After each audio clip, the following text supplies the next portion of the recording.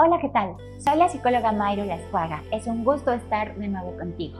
Hoy vamos a hablar de un tema padrísimo. El tema se llama Mujeres en la actualidad. Pero para poder llegar en la actualidad vamos a recorrer un poquito de historia. Vamos a hablar de la Edad Media, o llamada también época de oscurantismo. Fue del siglo IV al siglo XI más o menos. No hubo avance en la cultura, no hubo avance científico, no hubo avance en la medicina, por eso se le llama oscurantismo. En esa época imperaba un poder, los dogmas, y los dogmas eran dogmas de fe. No había otro conocimiento, a pesar de que ya existían conocimientos como el conocimiento de Galileo Galilei, ya sabíamos que la Tierra era redonda. Estos textos estaban prohibidos para el conocimiento de todas las personas. Había grandes clases sociales y diferentes. Una de ellas era el clero, que eran los más privilegiados y los que tenían acceso a la educación. El clero también controlaba los contenidos de la educación. Y por supuesto, no había educación para las mujeres. Mucho menos si no eras una mujer que pertenecías a esta esfera del clero. Para poder pertenecer a ella, las mujeres tenían otras salidas.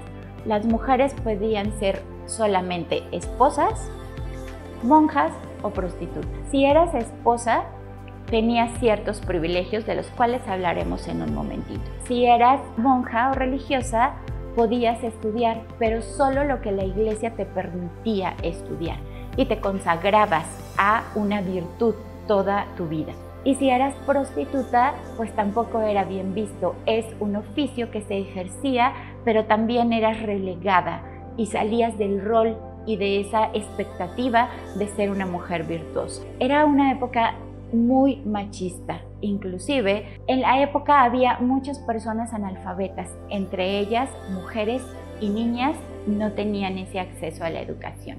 El rol de la mujer en esta época era prácticamente estar supeditada al hombre, estar por debajo del hombre. La mujer no tenía una presencia ni cognitiva, ni pensante, ni activa en la sociedad. Su rol era totalmente pasivo. La mujer estaba para la única función de tener hijos y atender el hogar.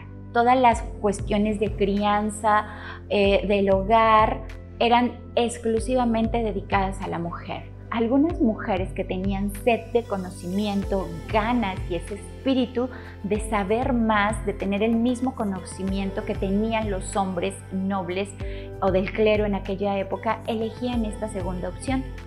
En nuestro país, una muestra de ellas es Sor Juana Inés de la Cruz, ¿no? Que fue una mujer que la vida la llevó a tener un espíritu de conocimiento y entonces se elige, renuncia a su vida de esposa para poder conocer y seguir escribiendo. En esta época, una de las cosas que les gustaba a las personas y que disfrutaban de ellas era de la poesía. Sor Juana Inés de la Cruz hacía poesía. Una poesía que fue considerada como irreverente en algún momento de su época por enaltecer el papel de la mujer y señalar el misoginio de los hombres de aquella época. No tenían derecho las mujeres a disfrutar su sexualidad. La sexualidad quedaba limitada solamente para traer hijos al mundo. Las mujeres eran consideradas brujas si eras libre y si tenías un pensamiento crítico, analítico, pero sobre todo si tenías el conocimiento ancestral de las abuelas. Este conocimiento ancestral era el conocimiento de la naturaleza. Entonces muchas mujeres se hacían parteras, traían a los niños al mundo y conocían la naturaleza y cierta parte de las plantas medicinales. Entonces a veces usaban infusiones, ¿no? Como lo que ahora conocemos y que es tan fácil y que nadie nos juzga por ello, de hacer un tecito de manzanilla para un dolor de estómago, un tecito de hierbabuena para un cólico, la ruda, ¿no? Para un dolor de cabeza, etc. Pero antes, en aquella época, las mujeres que tenían acceso a este conocimiento y que lo ejercían eran muy juzgadas. Obviamente no eran magas ni eran médicos, entonces ellas trataban de ayudar con estas infusiones, con estos tecitos, pero había personas que morían. Cuando no lograban que la persona viviera o cuando un bebé venía de una manera no acomodada anatómicamente, que al momento de nacer muriera o muriera ahogado antes de nacer, pues se les acusaba de brujería. Y entonces eran sentenciadas a la hoguera. La hoguera significaba liberarte de malos espíritus. Curiosamente, la hoguera era casi exclusiva para las mujeres, ¿no? Entonces, les comentaba hace un momento de estos chistes que se hacían en relación a la virtud de la mujer, que prácticamente para los hombres no existía. Entonces era como que, claro, el cuerpo de la mujer es débil, ¿no? Porque la mujer tiene alianzas demoníacas y entonces los malos espíritus llegan con ella y pues hay que purificarla y ayudarla purificando su alma en la hoguera. Fue la época también de la Santa Inquisición, ¿no? Que si tú tenías un punto de vista diferente o si tú decías no, expresabas una opinión con conocimiento de causa, entonces esa opinión, si no era bajo el dogma establecido, también estabas juzgado a morir, ¿no? Condenado a morir. Entonces había mucha persecución y la culpa y el pecado siempre estuvieron presentes en esta historia de la humanidad. Para 1760 a 1840 llega otra época sumamente interesante, la Revolución Industrial. ¿Qué es lo que sucede en este momento? Estas familias campesinas empezaron a venirse a las ciudades donde justamente estaban las empresas, las fábricas, y los hombres empezaron a contratarse. Como era una mano de obra no cualificada, se le pagaba muy poco. Entonces ya los hombres no tuvieron toda la capacidad de sustentar económicamente la manutención de sus familias. ¿Qué pasó? Algo que no había sucedido jamás. La mujer cambia de su rol pasivo a un rol activo y entra también a estas industrias para ayudar a la economía de la familia. Obviamente también con un pago muy mínimo. Aquí empieza uno de los cambios de rol, ¿no? La mujer se vuelve activa, trabajadora también, pero empieza a haber muchos abusos. A las mujeres solamente les pagaban 50% y empezó a haber mucha explotación. Había mujeres que trabajaban jornadas de trabajo de 12, 13 hasta 14 horas diarias por la mitad del sueldo de un hombre en una jornada de 8 horas. Para este momento empezaron a abrirse en este lapso de tiempo nuevos oficios para las mujeres. Entre ellas eran el oficio de mecanógrafas y de telefonistas. Estos puestos eran considerados bajos y entonces los sueldos eran muy poco remunerados. Algo sucede también en este momento de la historia. La educación empieza a abrirse también a las mujeres. Algunas mujeres tienen acceso a esa educación, pero lo único que podían aprender era a leer, a escribir y un poquito de matemáticas. No se pensaba, no había una concepción de ver a una mujer médico. Así que las mujeres eran preparadas como enfermeras y realmente ser una enfermera era un logro muy bueno porque te pagaban un poco más, ¿no? Pero de igual manera el salario y las jornadas de trabajo eran sumamente intensas y había una sobreexplotación de este tipo de trabajos. Para el siglo XIX y principios del siglo XX sucede otro parteaguas en la historia de la humanidad. Empezamos a hablar de la liberación femenina. ¿Qué sucede con la liberación femenina?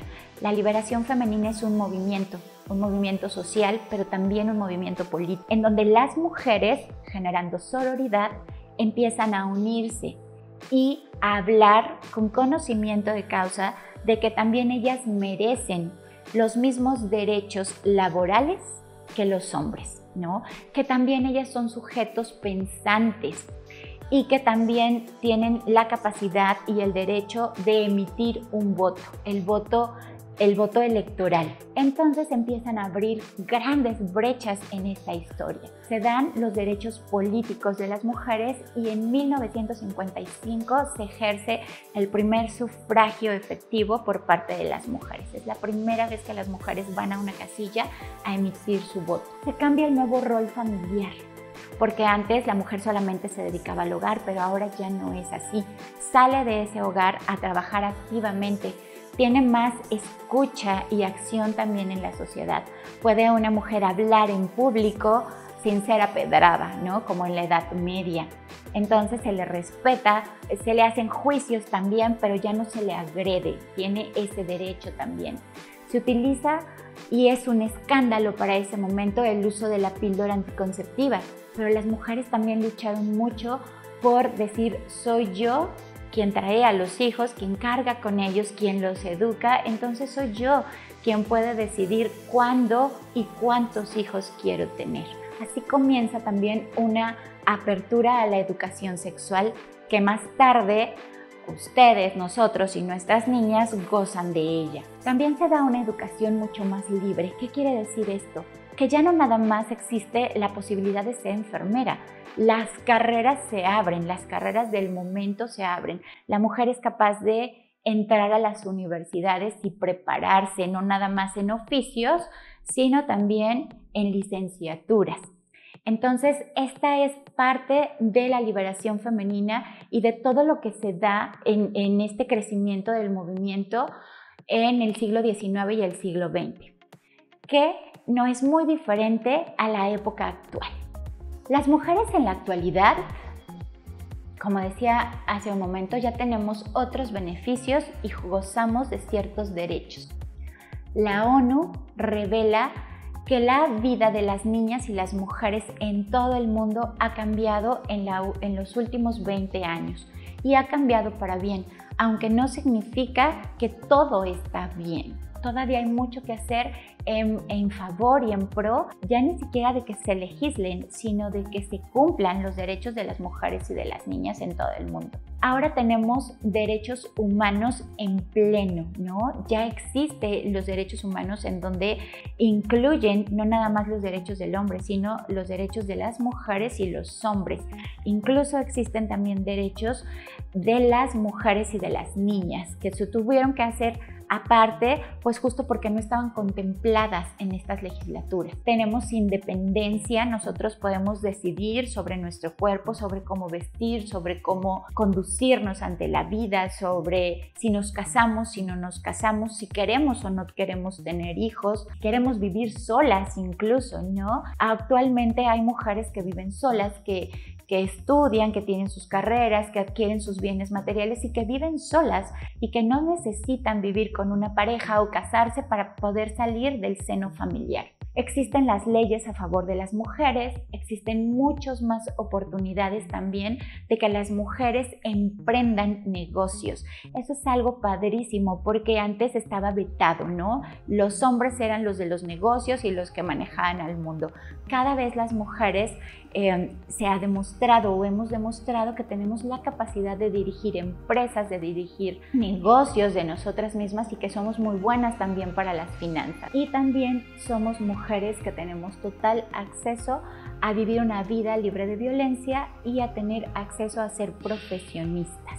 Toda esta historia de la humanidad y en la historia de las mujeres dentro de esta humanidad hemos tenido grandes logros, pero todavía hay muchas desventajas y todavía hay mucho que hacer para que se respeten los derechos de las mujeres y la participación y la acción de la mujer en la sociedad. Aún existe en algunos lugares el matrimonio infantil, cosa que es una lucha que todavía se vive para que no se obligue a ninguna niña en ningún lugar del mundo a casarse siendo menor de edad.